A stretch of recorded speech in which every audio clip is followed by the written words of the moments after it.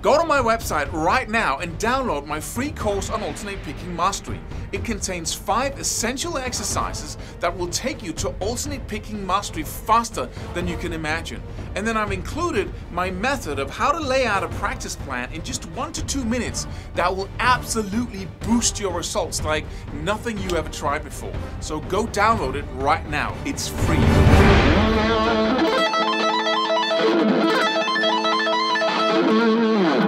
Hey! Last video, the previous video, we talked about how to integrate techniques with, you learn sweep picking, legato, hammer-ons and pull-offs, you learn all kinds of stuff. And then in the beginning, it seems like you have to switch from one technique, where you play alternate picking here, and then you go for some sweep picking, and then you shift techniques. And that's really not as sufficient as it can be. You want to merge them into one, so you don't even notice what you're doing then. You're just using the most appropriate technique for whatever it is that you want to play. I promised you some sweep picking ideas as well. And you can take the good old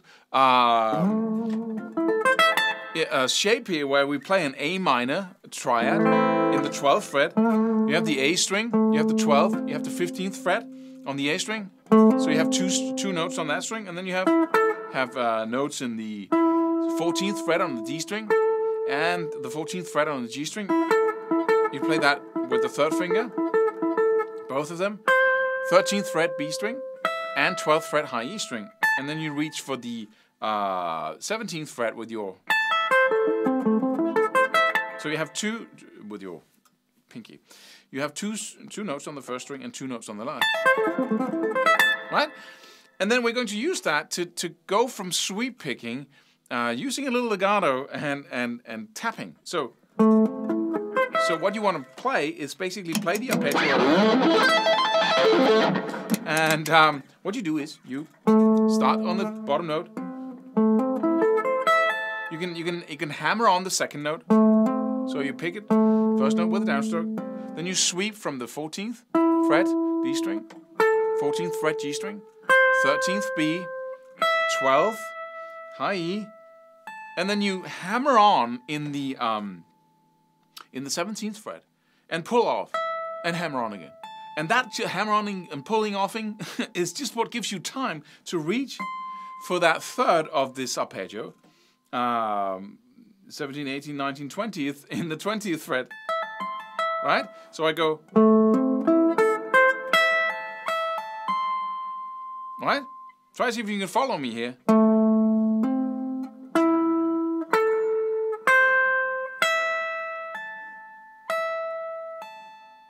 And then you hammer on right there. Then you pull off down to the 17th, pull off down to the 12th, and then hammer on in the 17th again and pull off down to the 12th. So it goes.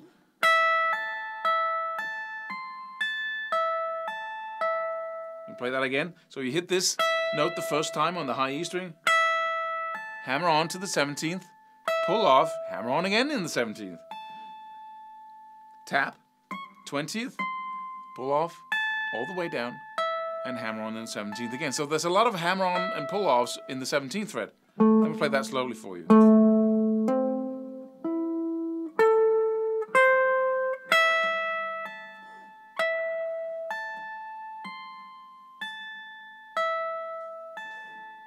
And you just sweep your way back.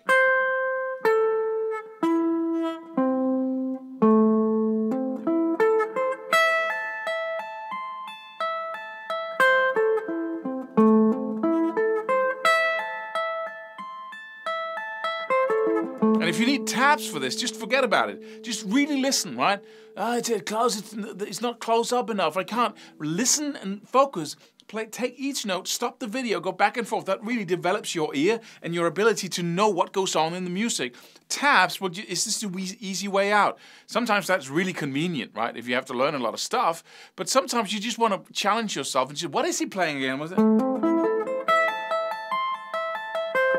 And you can use your 3rd finger, or you can switch the pick from your thumb and 1st finger to holding it with the longest finger here, and then just using your 1st finger.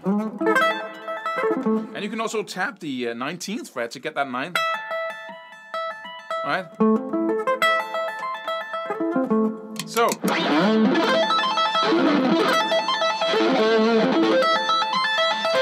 Right? You can do a couple of variations to this to challenge you even more. You can turn around on the G string, so you go. You have to go back and forth between sweep picking, hammer-ons and pull-offs, and tapping a lot faster. So you simply just, when you reach the G string on your downward sweep, you just turn around right away.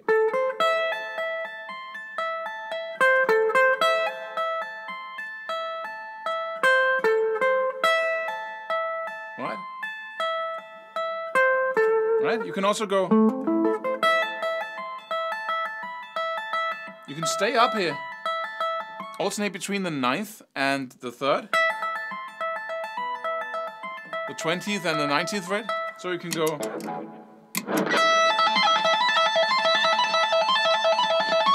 Right?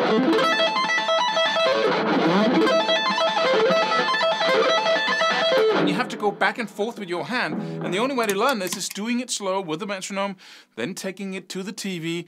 Once you have that loop up and running, and then you build those perfect repetitions, thousands of repetitions in front of the TV. Once you can play it perfect without focusing on it, you can talk, do all kinds of things as you do it slowly, and then you can get in all the repetitions without no effort, no boredom, nothing. Right? So that's the, and then expand again, because we had another thing, right? We had this. You might want to see a way, build a bridge to the other thing. So you start combining licks and little sequences where you use multiple techniques. You do this over and over again. Come up with something new each time you learn something, and then you build them by yourself. You can do that easily. And then you do that in a loop over and over and over again, creating little stuff, combining techniques, and then voila, at some point you've been doing it so much that it just all starts coming together.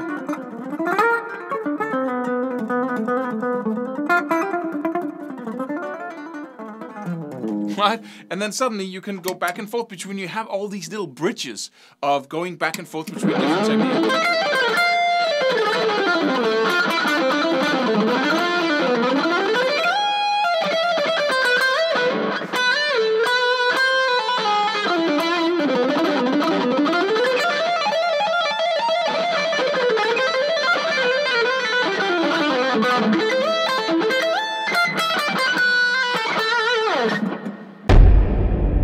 Subscribe for more free videos. Do it. Do it now. Do it.